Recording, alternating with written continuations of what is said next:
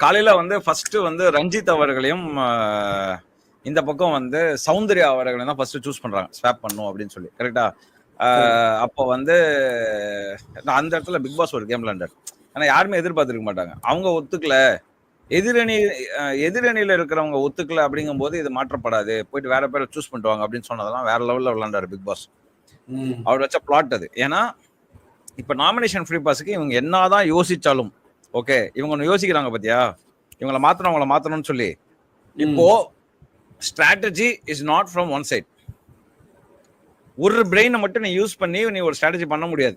Opposite பிரெயினையும் வச்சா மட்டும்தான் நீங்க நீ என்எஃப் யூஸ் பண்ண முடியும். ஏன்னா இவங்க ஒரு ஸ்ட்ராட்டஜி யூஸ் பண்ணி, இப்போ நீ சொல்றல மஞ்சரி அங்க போயிட்டாங்க அப்படின்னாக்கா நாமினேஷன் ஃப்ரீ பாஸ்க்கு எப்படியாவது ஸ்வாப் பண்ணலாம், அங்கிருந்து ஆளுங்களை தூக்கலாம், இல்லை இங்கிருந்து ஆளுங்களை போடலாம், அதனால அவங்க அமிச்சாங்க அப்படிங்கிற மாதிரி இருக்குன்னு வச்சுக்குவேன்.